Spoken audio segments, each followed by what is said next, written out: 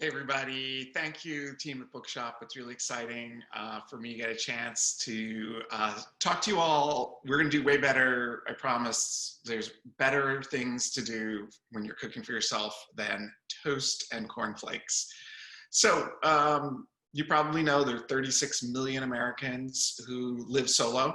I'm not in that group. I'm actually probably somebody whose entire life has been cooking for other people. That's what I've been doing professionally. That's what my wife and I do for each other, for our adult children, our friends and family. But I fall into another group. My wife and I are sort of empty nesters, or maybe we were empty nesters until the pandemic. We will be empty nesters again, and I actually spend a couple nights a month on my own. There are a lot of people who have partners who may be working different schedules, different dietary things. So I ended up, last month, I ended up 6 nights by myself cooking. And I kind of love it, actually. My wife's in the other room, so I want to not be too loud about that. But it's, I think the thing about cooking for yourself is you do exactly what you want. You drink what you want, you listen to the music you want. I even have like a pair of like stretchy sweatpants and moccasins that I put on when I'm cooking by myself. And so I'm going to talk to you a little bit about the book, Cooking for One, which actually yesterday was the pub date, brand new from the team in America's Test Kitchen. But really give you guys some strategies about how I think you can really be successful cooking for one. So the first thing is follow your hunger and follow your pantry, right? This is not the time to have these grand plans and try to be a perfectionist. I mean, if you guys know anything about me and America's Test Kitchen, I kind of work with a bunch of crazy, obsessive perfectionists. Cooking for One, this is not the time to be a perfectionist. This is time to embrace the imperfections. So you don't necessarily need to follow the recipe to a T. In fact, every recipe in Cooking for One has what we call kitchen improv. Lots of ideas of how to change the recipe to suit your personal taste, to suit what's in your refrigerator or your pantry, to make the dish heartier, less hearty, whatever it is that you're looking to do. So I think really just embracing that imperfection.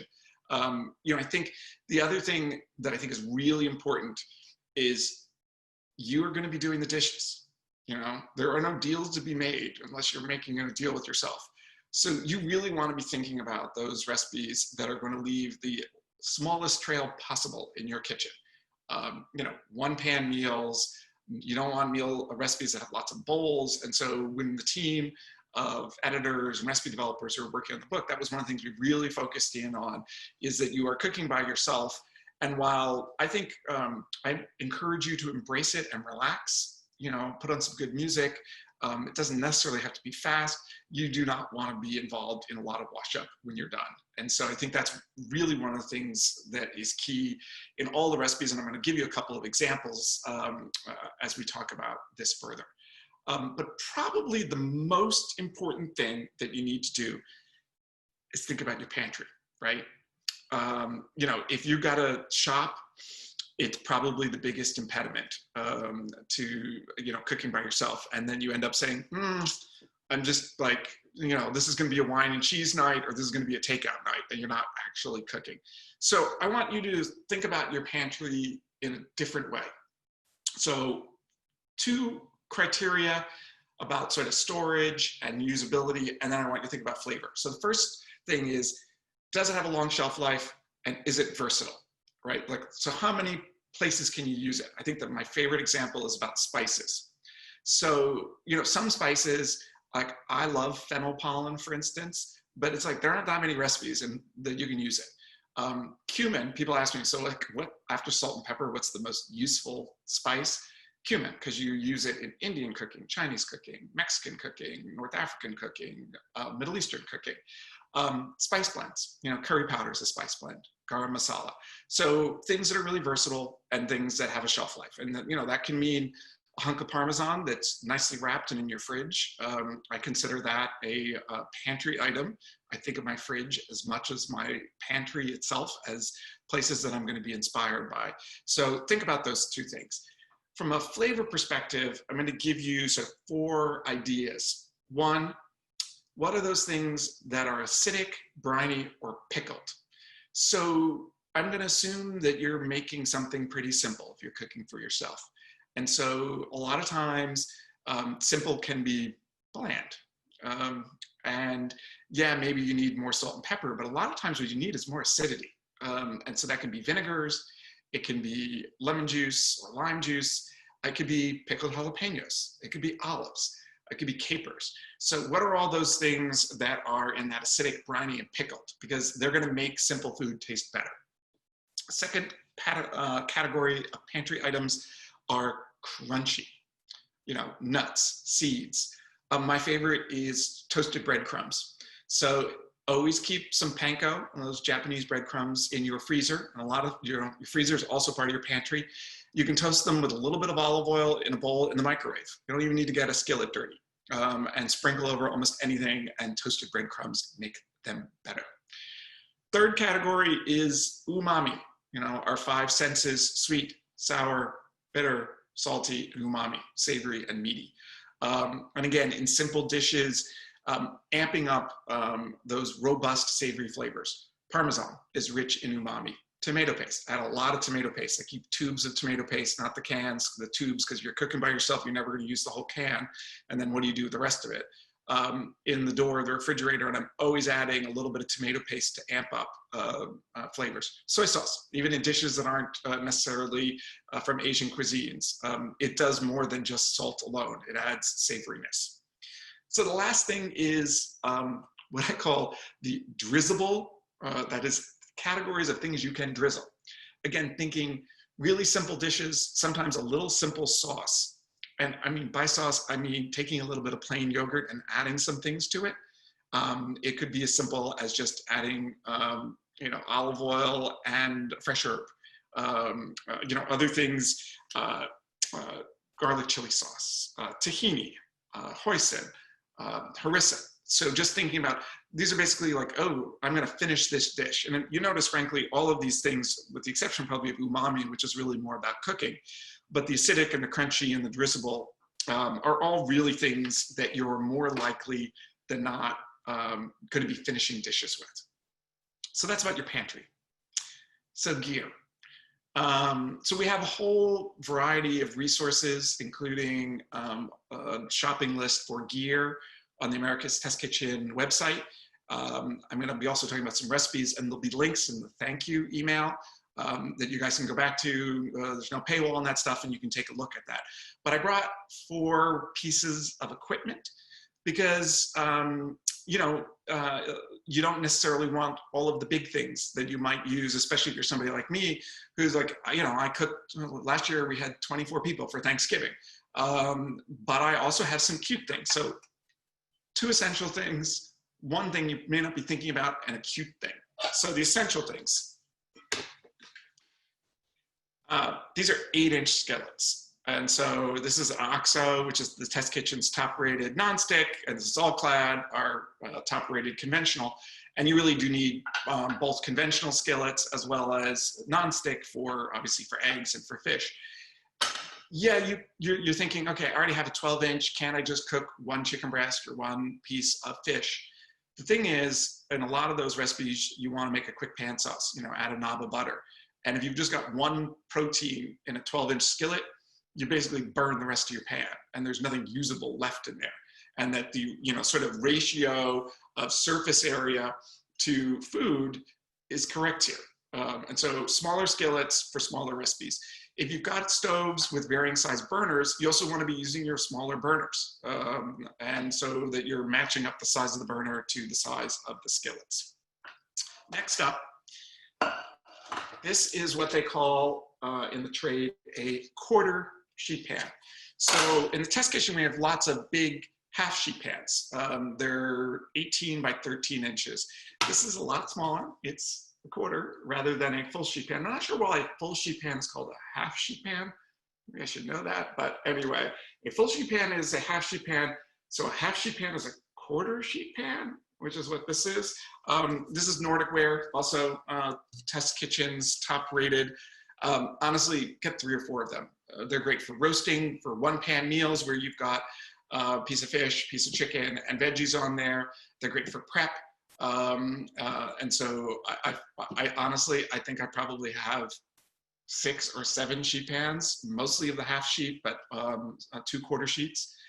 And then everybody needs something really cute and ridiculous in your life. And so, you know, you're going to be, let's say you're making vinaigrette for one, you're going to need a little bowl and you're going to need a very little whisk.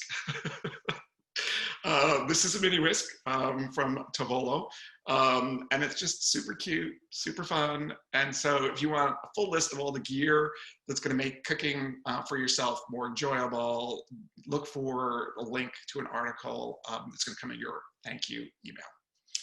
So I got to talk about food, because remember, I think I promised you that we were going to do better than toast and cornflakes.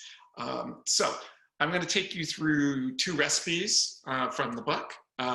You know, just to show you that there's all kinds of great information about your pantry and all kinds of things that you can learn in the front matter. But I'm going to turn to something savory and something sweet.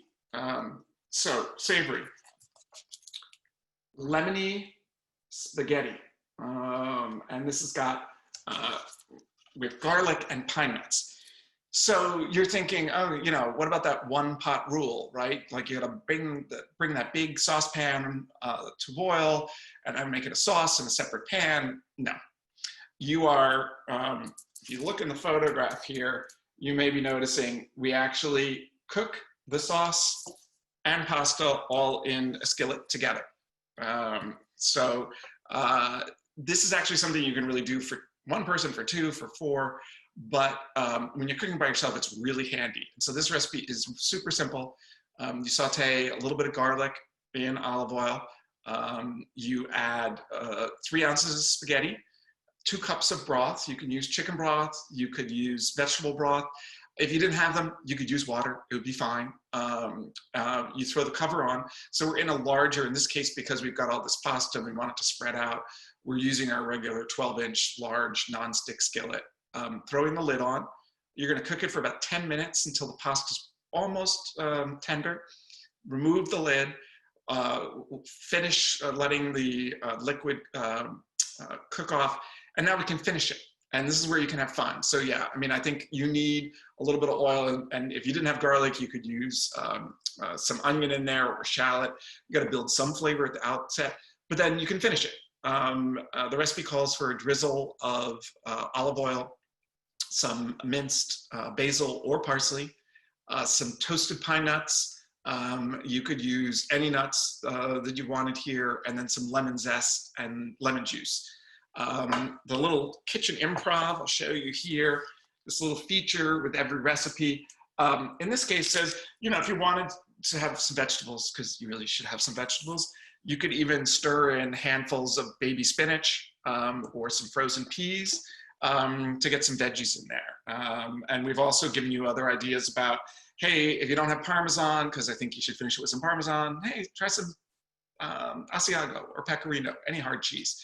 And so, you know, it's a great example of reimagining a recipe, super simple. You know, it's basically pantry items. You know, if you're doing a good job, your fridge has Parmesan and you should have some lemons. You should have some nuts in the freezer. You know, your freezer is really your friend, and especially if you're cooking by yourself and want to make sure that things aren't going off on you. Anything that whole grains, nuts, seeds, they belong, whether you're cooking for 1 or for 40, really in the freezer, but especially if you're cooking for 1. And then, you know, a little hot red pepper flakes if you want to make it spicy. And then, you know, if you want to make it look pretty, you can put some herbs in it. But I think this dish is fine with cilantro. You know, if you want to put cilantro and lime juice, fine. I mean, it's basically a formula that you can vary. So the second recipe, so for anybody who knows, you know, my friends at work will tell you, like, I have like a radar, you know, actually it's a camera in my office. Shh, don't tell anybody. That's not a camera in my office. When they're cooking cookies in the test kitchen, you know, I miss the test kitchen. As you can tell, I am home, as are most of my colleagues. We're partially reopened for a little bit of photography and video, but we've got 10% of our employees at any given time in the office. Anyway, I have radar. Like whenever there are cookies in the test kitchen, suddenly I'm in the test kitchen ready to have my cookies. And so dessert for one, yeah, you can take your pint of ice cream. We have a whole spread about how to make it better. One of my personal favorites is actually to take sorbet. Raspberry would be a favorite. And trust me on this, drizzle a little bit of extra virgin olive oil and sprinkle it with some really good flaked sea salt. Malden being the brand that I like, this English sea salt. And suddenly you feel like, oh, I didn't just, first of all, and also gets you to get it out of that pint container into a bowl, which is always a good idea, but it's like dressing it up. So there's a whole sort of 2 pages of ideas about that. But I got to show you this, because this is my favorite dessert, which is, yeah, that's right, you're reading the recipe right, 2 chocolate chip cookies. So my colleagues in the test kitchen figured out how to scale the recipe to actually yield 2 cookies, not 1, because you're gonna want 2 cookies. We ditched the white sugar and we're just using brown sugar. We figured out how we're gonna deal with the egg is you're just gonna use the yolk. You know, we got all the measurements right so that you've got just the right amount of salt and the right amount of baking soda in there. And it yields 2 perfect, nice and warm, beautiful chocolate chip cookies. You can make molten mug cakes, chocolate cakes in a mug. Another favorite dessert is, and this one you don't even need the recipe for, just follow this one. So you take a flour tortilla, spread peanut butter over half of the tortilla, sprinkle some really good chocolate. I mean, it could be chocolate chips, but really good chocolate, fold it in half, and then put it in a skillet with a little knob of butter. And you're basically making a chocolate peanut butter quesadilla. You know, you folded it in half, flip it on both sides so it gets nice and toasty, and then you can slice it up into little wedges. You want to get really fancy, sprinkle a little bit of powdered sugar on it. And it's like, I really like Reese's. And so like, this is like, if you love Reese's and chocolate and peanut butter, you've turned it into a fancy dessert with the help of a flour tortilla. So, you know, as the back of the book says, discover the joy of cooking for yourself. I love to cook for others. But you know, I have learned to embrace those moments when it is just me. And if that means I'm eating off of the cutting board, that I've turned sauteed mushrooms and added a fried egg and made that dinner, hey, you can make dinner whatever you want when you're on your own. I hope everybody's enjoyed listening, and now you get to ask questions. So I'm going to open up the question tab and start answering away. And if you've got questions, you can ask me anything. I'll try my best to answer them. So first one from Stephanie. Hey, Stephanie, thanks for joining. How long do tubes of tomato paste last after opening? I think pretty much forever. I mean, I'm sure that's not what the manufacturer will tell you, but if you're buying cans, you know, you really need to freeze the extras because you've just got maybe a week or 2. I've had tubes last months. And so, you know, we've done tastings of the brands. They're not really all that different. They all taste pretty good. And so as long as you get the caps, you know, sealed on correctly, it's going to last for months. So, let's see, I've got a question from, I think this is Susan or Suzanne in Indiana. Nice to meet you. What advice can you give for economizing on herbs? I can't afford to purchase a bunch of fresh herbs, only use a bit. Would you recommend some dried herbs, which I could use effectively? And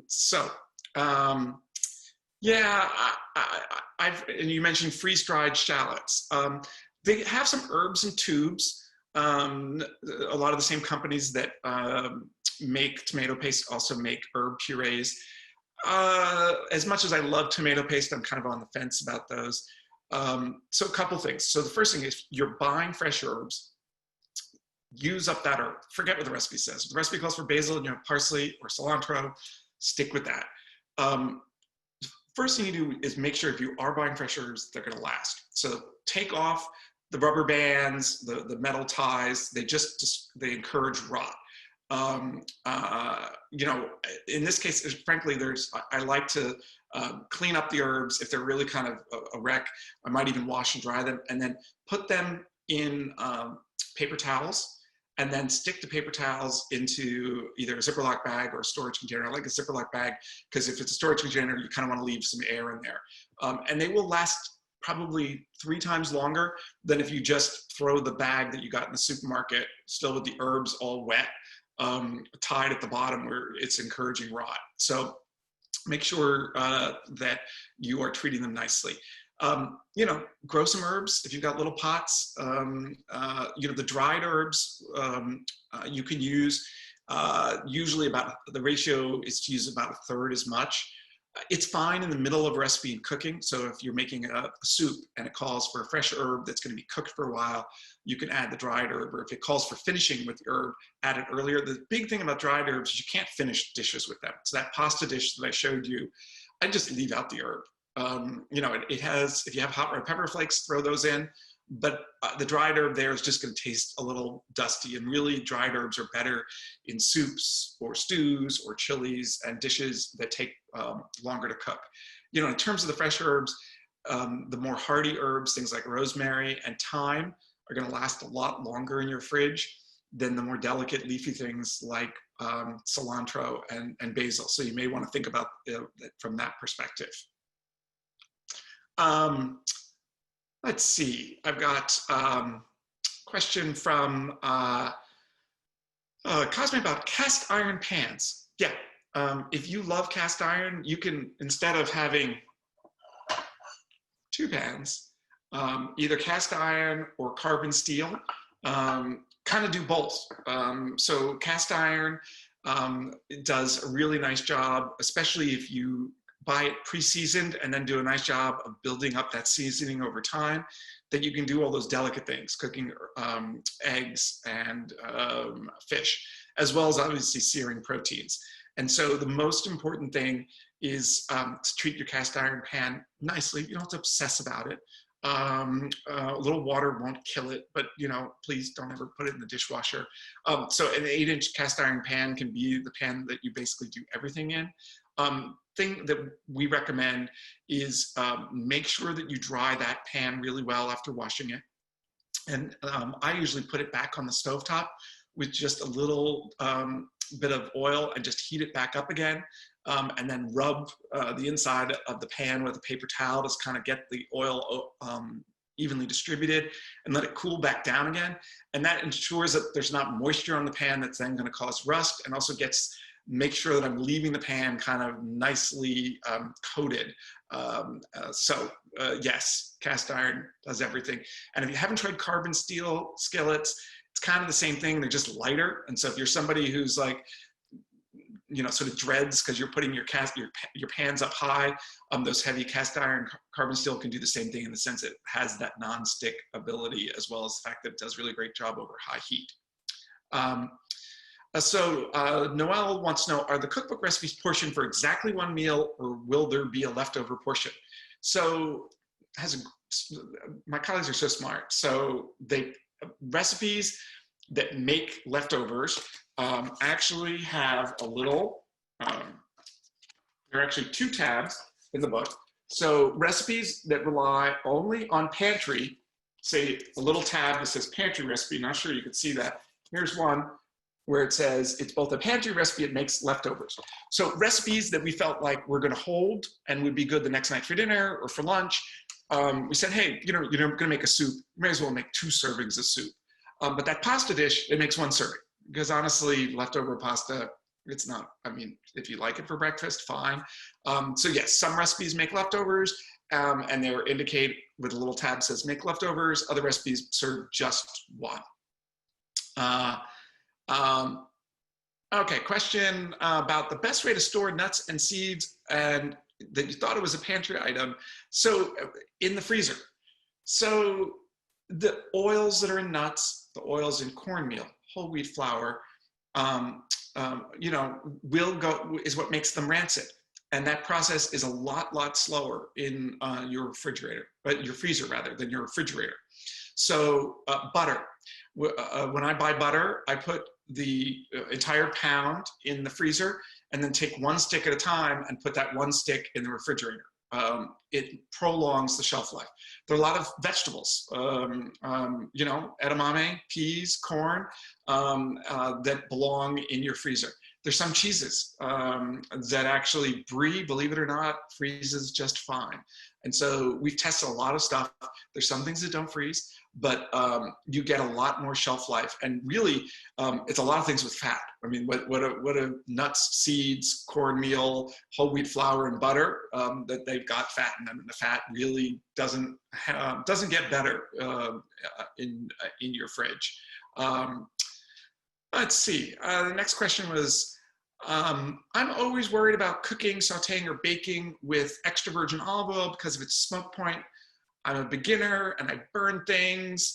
I burn things and I'm an expert, or I think I'm an expert. What do I think about avocado oil, and do you recommend for safe cooking oils? So smoke point is the point at which you can heat the oil and it begins to obviously smoke and degrade. And besides the fact that who the heck wants smoking oil, you're really adding a lot of bad flavors. And so it's really not an issue for regular sauteing. And let me explain. So for vegetable oils, the smoke point's 440 degrees, 450 degrees. Yeah, extra virgin olive oil, the smoke point's lower. You know, maybe it's closer to 380. I'm doing that one from memory, but it's lower. It's a problem if you're frying. So if you're deep frying, you're going to get pretty close to that number. If you're sauteing, you don't really get there. And so, you know, once you put the food in the pan, the oil drops. And so I think the big thing is to look at the oil. If you're using olive oil or avocado oil, which we love for cooking, that, you know, let it shimmer in the pan so it starts to move. But once it starts to simmer, it's probably time to get the food in there to start to cool down the surface of the pan and obviously cool down the oil. You know, I think I will put a caveat that if you have a super premium, unrefined, extra virgin olive oil that you spend a lot of money for, you know, all of that, the less refining means that its smoke point is lower. So it's actually kind of a good thing if you think about it. Like, you know, vegetable oil has a high smoke point because they basically refined the heck out of it and there's nothing left that could possibly burn, or there's not as much left.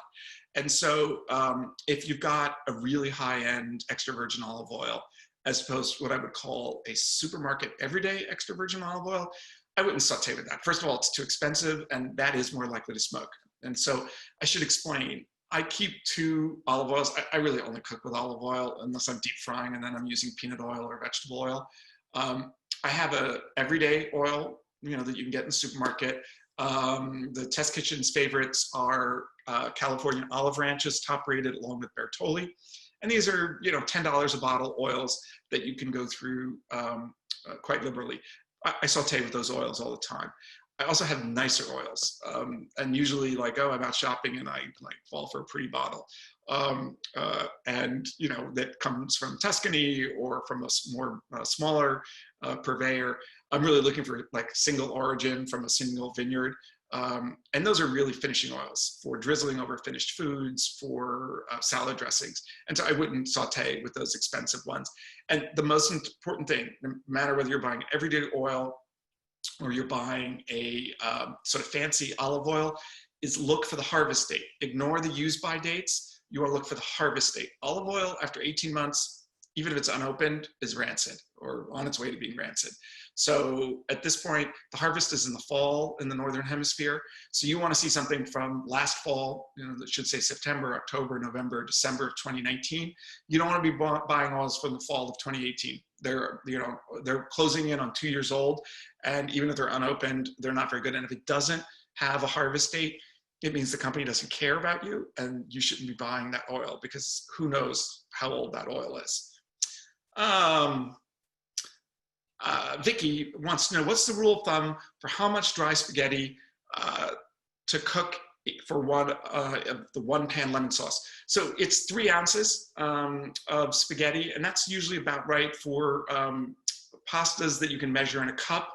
We'll give a cup measurement, but that's, you know, that's a decent sized portion.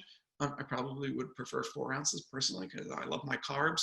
But the ratio there is 3 ounces to 2 cups. And the key thing there is the lid on for the first 10 minutes so that you're really, you know, not the liquid isn't immediately evaporating and the steam is doing its work and the liquid is hanging out. Mary asked, yeah, those recipes are going to be, the recipes for the chocolate chip cookie and for the lemony pasta are going to be in a thank you email that you're going to get because you signed up for this. And yes, both of those recipes, along with hundreds more, are in the cookbook. Let's see. Jane, I'm really scared of fire. Any suggestions that only use the oven or gasp the microwave? Do not shame yourself about the microwave. I mean, you know, the microwave is unheralded device. You don't want to do everything in it, but there are lots of, I think, I'm reading you and I'm thinking that this is your friend, Jane.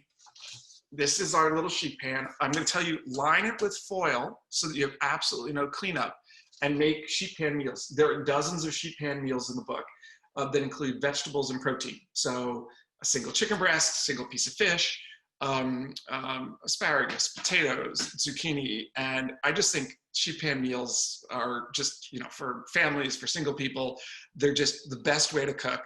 They're kind of also, in most cases, there's nothing to do. You kind of organize everything.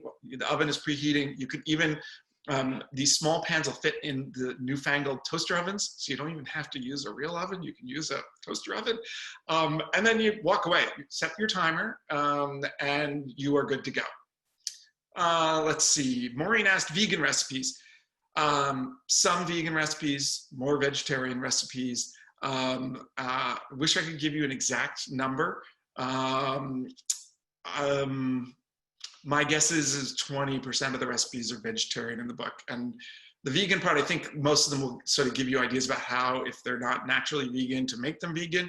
But I'm working off memory there, Maureen, but thank you for the question. Miriam wants to know, are the recipes Weight Watcher friendly? So one of the things that we do in all of our books is we put nutrition information for every single recipe so that you can program that into whatever diet you're doing. And so whether it's, you've got your calories, your fat, your saturated fat, all the things you need to know about every single recipe in every one of the books that we do. This is one of the biggest things. We started doing this maybe about 2 or 3 years ago. The crush of comments about every recipe in every book needing to have nutrition information. We're like, we hear you, we've done it, we're good. Thank you. Oh, Andrea wants to know shelf life of Parmesan. So, you know, I think the big thing here is about how you wrap it. And so the test kitchen will suggest that you wrap it in parchment and then in foil. I sometimes do that. I will also do it in plastic and then in foil. The double layer kind of gives it a little bit more protection. As long as it's in the refrigerator, I find that a piece of Parmesan, 2 or 3 months is fine. It's gonna be fine. It's really the bigger issue, unlike most cheeses, it's not gonna really mold because there's so little moisture in the cheese. It's gonna dry out. And then it's like, and this has happened to me where it's like, it's so dry, it's like grating it is like, you know, I don't need to go to the gym. So I think that wrapping is really important to keep it from drying out. Diana wants to know, if you don't have fresh lemons, can you use preserved lemons?